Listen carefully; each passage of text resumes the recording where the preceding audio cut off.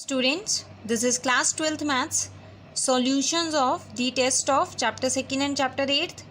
So question first was find the principal value of cot inverse minus 1.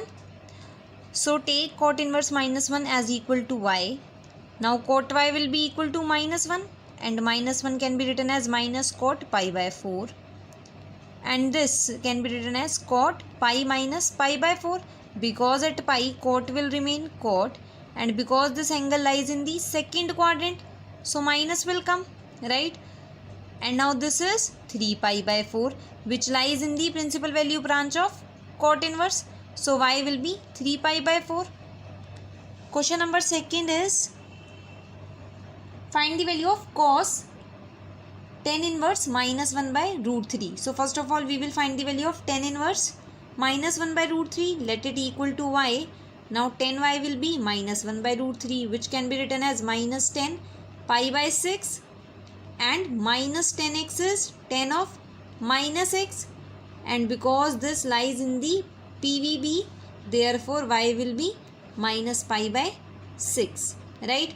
So cos of this will be now cos of minus pi by 6 and cos of minus x is equal to cos x, therefore this will be equal to root 3 by 2. Question number third is to find the value of sine of pi by 3 minus sine inverse minus root 3 by 2. So first of all we will find the value of sine inverse minus root 3 by 2. Take it as equal to y. Now sine y will be minus root 3 by 2 which can be written as minus sine pi by 3, and minus of sine x is equal to sine of minus x, and this lies in the range of PVB, therefore y will be equal to minus pi by 3. So this will now be equal to sine pi by 3, and in place of this writing minus pi by 3, and because minus is already here so it will be plus pi by 3 which will be equal to sine 2 pi by 3. Now solve sine 2 pi by 3. It can be written as sine pi minus pi by 3 which is equal to sine pi by 3. As at pi sine will remain sine, and because this is the second quadrant where sine is positive so plus sign will come, right? And sine pi by 3 is root 3 by 2. Now question number fourth is to find the value of tan inverse root 3 minus secant inverse minus 2 plus cosecant inverse 2 by root 3. So this we can write directly that tan inverse root 3 is pi by 3 because tan 60 is root 3, right? And also this lies in the range of PVB. Similarly we can write this also, cosecant inverse 2 by root 3 is at the angle pi by 3 because cosecant pi by 3 is 2 by root 3 only.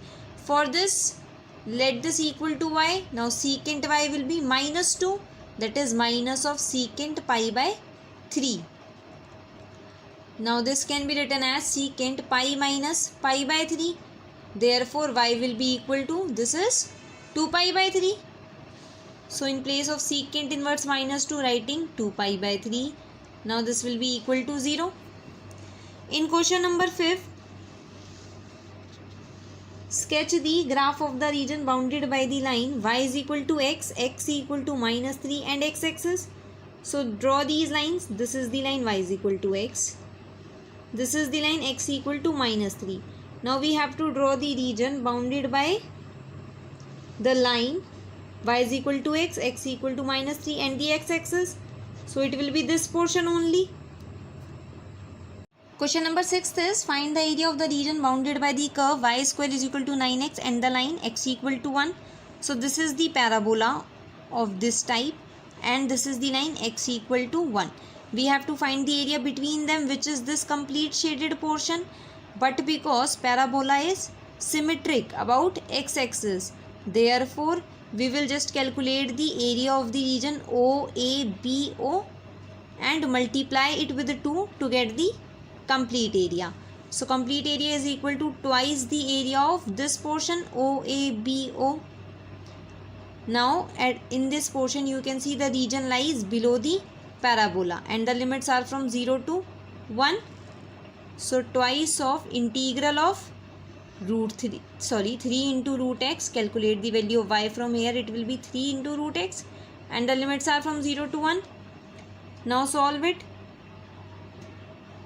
The integral of root x is x raised to the power 3 by 2 upon 3 by 2, and this will be 6.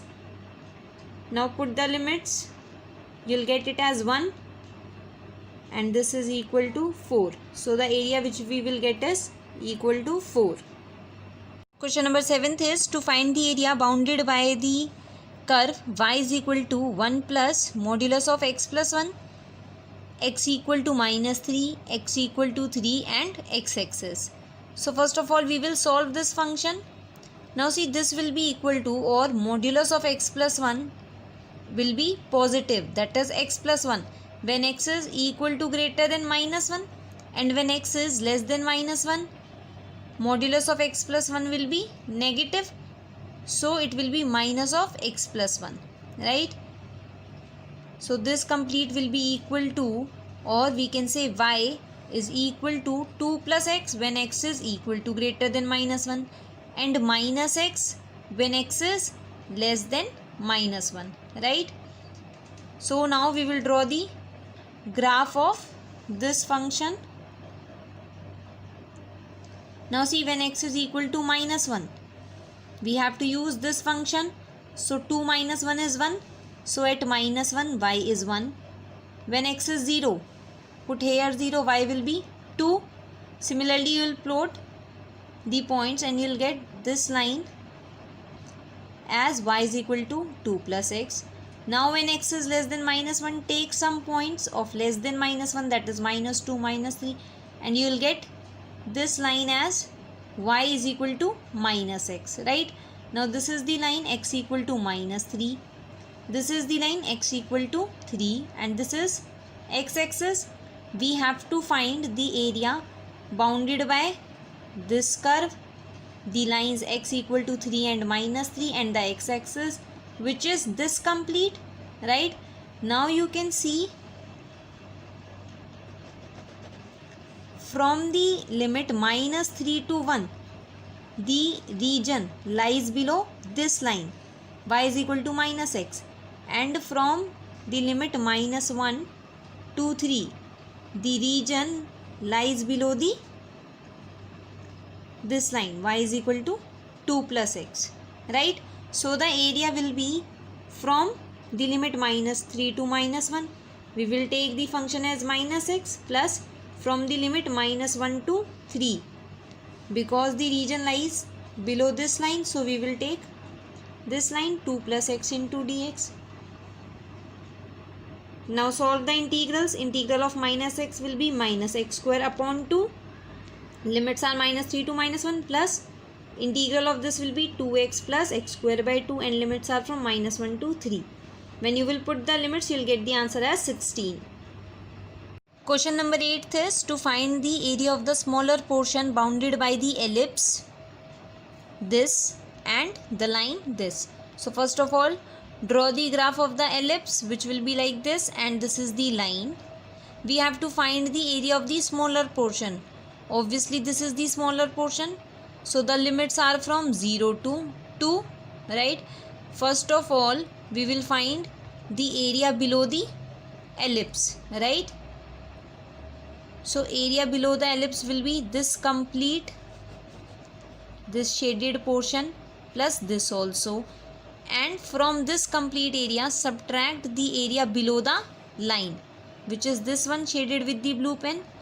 When from this complete area we will subtract the area of this portion, so we will get the area of this portion shaded with the black pen, which we wanted, right?